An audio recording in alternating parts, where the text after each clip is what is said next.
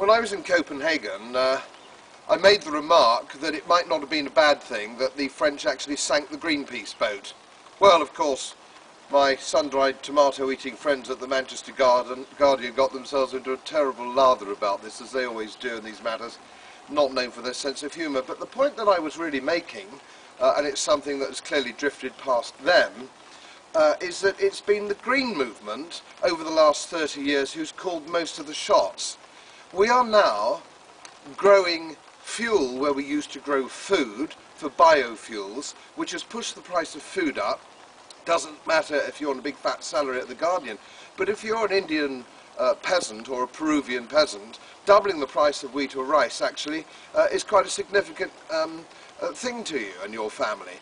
So biofuels and all that came with that green lobby have proved a disaster for the world. We're ripping up rainforests to plant biofuels, so none of it actually works.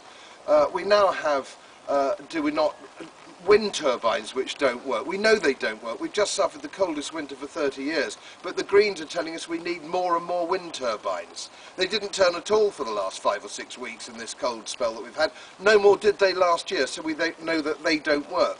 We also know that they put at least 16 or 17% on fuel bills. That's a significant amount for old age pensioners.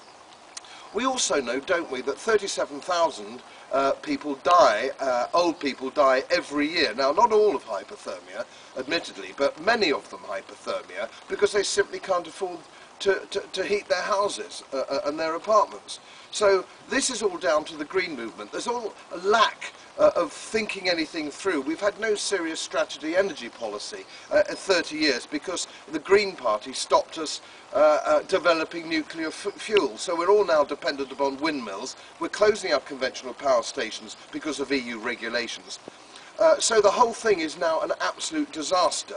So we've pushed up the price of fuel. Well, we've made it impossible now for these old people. They're burning books instead of coal. Would you believe that it's cheaper now to burn books? We have the most expensive fuel in the industrialised modern world.